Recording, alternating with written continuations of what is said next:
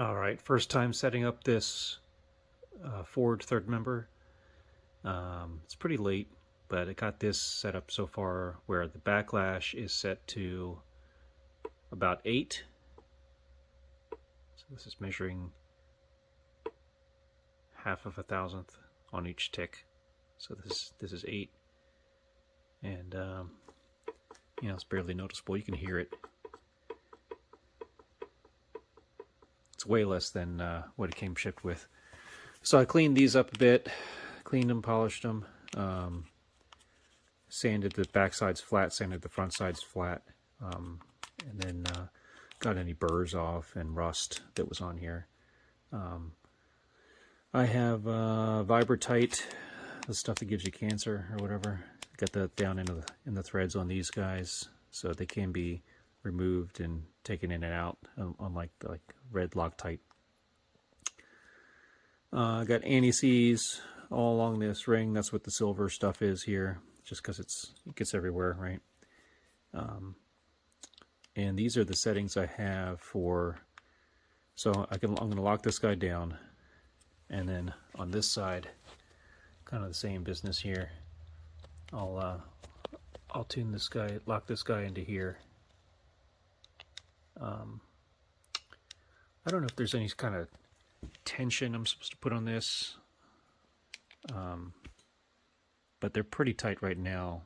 But I don't have a tool made for it yet. I'm just twisting some 1/4-inch bolts, sticking the 1/4-inch bolts in here and loosely, and then just kind of twisting it. But I'm gonna give this a shot. I made special attention to try and get these lined up without cross-threading. This one over here, on opposite of the ring side, it is marked 2 dots, 2 dots. So that locates this piece, and then this piece has to be on the other side. So threw a little gear lube in here.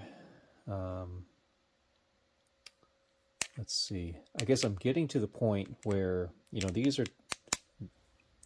are not cranked down, but they're tightened down enough. They're snug. And I want to use this marking compound. Try that out. I don't have a small brush. I can't find my small brushes, so I'm just going to put it on with a toothpick. Just going to rub it on there. And now, because these are a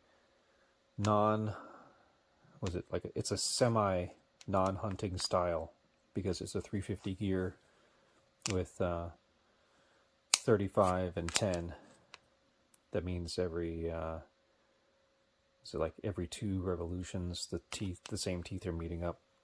This pinion did have a yellow dot like on one of the teeth on the top here, but there was no corresponding yellow dot anywhere on the ring. So I'm kind of at a loss there. The 2 4-digit numbers or something that were stamped on the pinion do match the ring, so they are supposed to go together. They were manufactured together. What other details do I have? There's also an M stamping near one of the roots on the pinion, and there's also an M stamping near a root on the ring. I didn't try to line those up, but potentially maybe that's what they mean. But I couldn't find any reference to that online. Everyone online said that for hunting gear sets, it's going to be marked with yellow paint, like there was on the pinion, and it should be measured.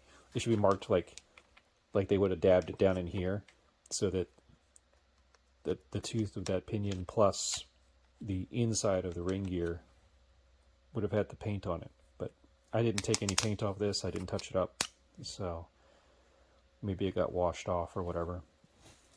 There is a slight not a rattle, but just every now and then it'll move these roller bearings around, right? It's not a rattle, but it's like, what you basically hear is like these roller bearings kind of touching the cage a little bit. I'm not sure if there's like a speck of dust or if that's just because of the tolerances of the bearing. There's no like preload or anything on this guy. He's just kind of, the end of the pinion is just kind of riding in there, as far as I can tell. So that's about it. I'm going to move this guy out of the way, and then throw some marking compound on here in a couple spots. Here, if you mix it with gear lube, it's supposed to kind of thin it out a bit, and you get a better marking. So I might just try one for now, and then get an idea, but I think I'm kind of tired, and you know, chances are I'm not going to get it right the first time, so I'd rather maybe hack at it again with a fresh mind and a full stomach, and because I guess I need to be comparing it to printouts and stuff of you know, what the good markings look like. I'll probably print something out. So I think I'll put this to the side so it doesn't get bumped, and then maybe just call it a night, not even start with that tonight. All right. That's all. That's all. All right, I think I'm done messing with it now. I changed the 10 thousandths shim to a 12. It's reading 12 or 12 and a half thousandths shim on the front to pull the pinion out a little bit, and that fixed up some of the sharpness on the bottom of the mesh. I tried messing with the backlash back and forth, and ended up putting it back to the setting I had before, and I've marked these. I don't know if you can see it here. Ignore this mark here, but I've marked these where it's like a line that's in line with one of these holes, and I put a little O next to it for original, like I did on this one as well here. The line and then the O for original. The original is when I first set up the it's not really the backlash, but it's like the preload or the drag on this thing when you're spinning it, so that it has some preload. So those were the original settings, you know, and it happened to be pretty much right in line with what I wanted. I tried moving it back and forth a little bit, and it just seemed to make things look worse in either direction. And you know, I tried using this guide here. It was a little bit helpful. I never had anything really bad like this.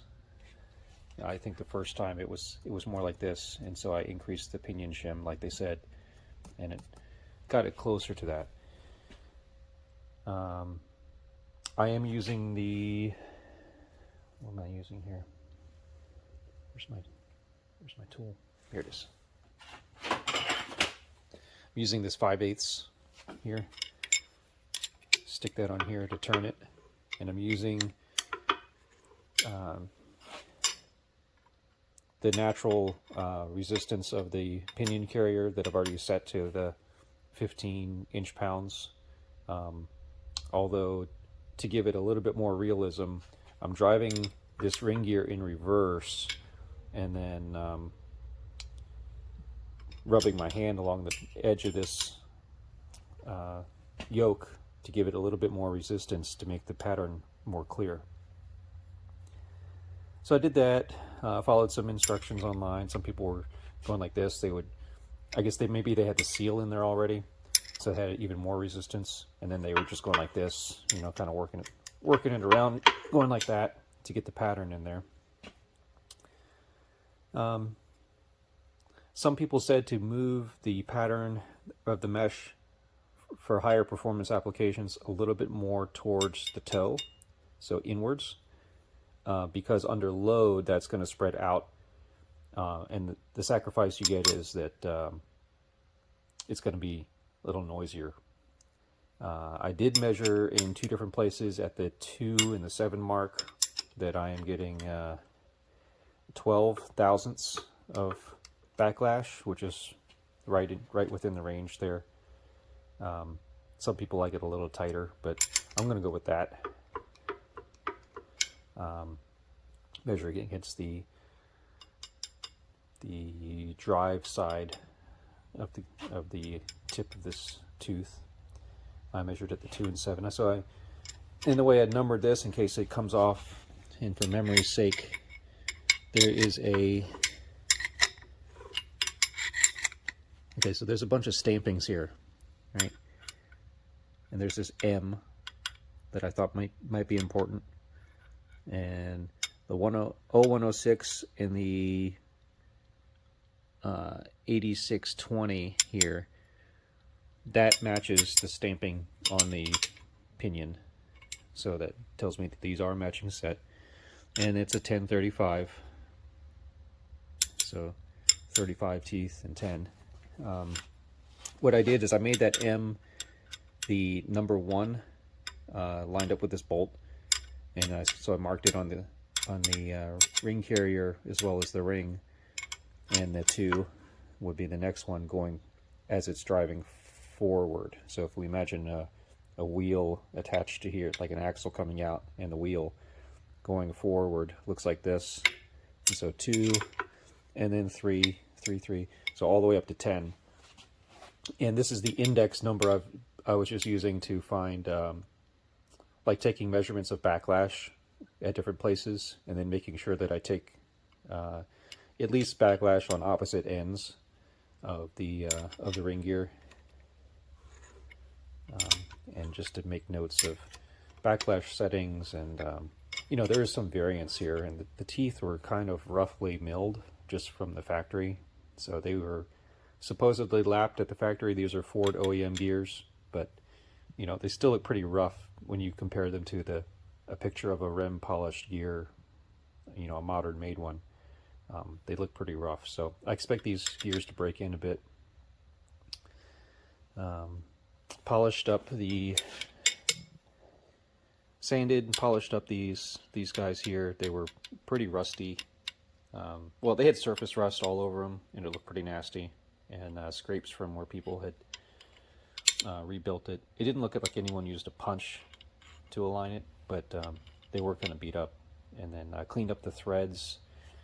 I don't know if I said that this bolt was too long, and both of them were too long, and they were being driven down into the threads like a grub screw, and like screwing up the threads. So I had to use a file, like a really fine file, and clean up the threads on these guys, or else I wouldn't be able to rotate it. That's how bad the threads were. So yeah, they had made a huge indentation into the threads and screwed it up. So I sanded these down a little bit, and I think, and then when I tried like loosely tightening it, it still was getting some anti-seize, because these are put in with anti-seize. There were still some anti-seize on there, so I was like, oh, that's a little bit too close once I torqued it down. So I threw in this grade 8 split washer here, lock washer, on both of them to space it up another, you know, whatever thickness that those washers are, and then tightened them down. So I think the back end is done. I'm not going to mess with it anymore. There was a bad thing I noticed was that one of these was loose. Like there was like a washer sized gap in one of these. Like, I'm not sure if I did it, maybe, I don't know, 10-20 years ago, or if it just came like that, but that wasn't a good sign. So I went and took each one of these out and added the stuff that gives you cancer. I added some of this stuff. It's Vibratight, so I can take it in and out without it, without having to reapply it, and then it's a little different than the regular Loctite. So I put all these back in. I torqued all these to, I think it's like the 75 foot-pounds or something like that. I think it was 75. I'm not sure. Maybe it was a bit more. Maybe it's 80. Might have put 80 on these. But I did these all the way around. So I took them out, cleaned the threads. Some of the threads on some of these were also mashed up a little bit, probably from a previous install of something. So I cleaned up the threads a bit and wire wheeled them when they needed to, and then one was so bad I had to go over it with a die. But put them back in. They all have locker on them, and so I think this is ready to go. The run out on the back of the measuring from here, the back of the ring gear, was acceptable. It was within the 3/10,000ths or something. That's whatever it was that Ford OEM says is acceptable. It was within that range. So I mean, there's a little bit of just roughness on here from the machining. It's not polished at all, and these little grease marks or whatever they are on all these, I think it'll come off, but I can feel it just a little bit. Okay, and it was showing up in the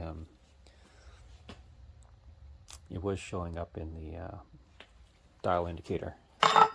So, all right, what's left to do on this guy? So, what's left to do is to put in the splash ring and the seal. So I'm going to have to take this nut off, pull the yoke off, and then put in the splash ring. Maybe I'll throw some oil down there too. Put in the splash ring, and then put the seal in, and then put the yoke back on, and then draw the nut back down, and then this thing's kind of ready to go. These need to be torqued. What else? Is there anything else? I think that's it. These need to be torqued, and I'll check the torques again on the back caps, which are the only other thing that needs. Is that the only other thing back here? Yeah, I'll check the torque on these again to make sure that they're set tight. I think I did set these to the recommended 80 foot-pounds. So those should be ready to go. Yeah, I did. Yeah, because I expected, supposedly, once you tighten these up from the 40 foot-pound initial setting and you tighten it up to the final 80-pound setting, sometimes it will tighten up the backlash a bit. And the first time I did that, it did tighten it up, maybe 2/10.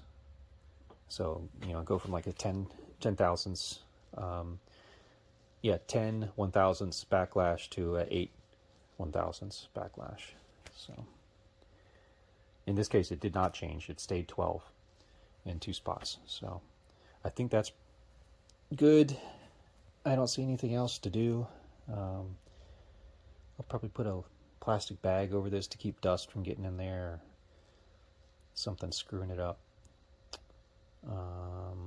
And then I'll put the little lube blocker gasket on there, and then stick it in the rear end, and then tighten up the bolts there, at least enough to well, at that point I can pretty much leave it in if I'm not going to modify the rear housing to have a drain and fill, which I might do for now. I don't want to get too sidetracked because I got to get this thing on the road. All right, that's it for this update.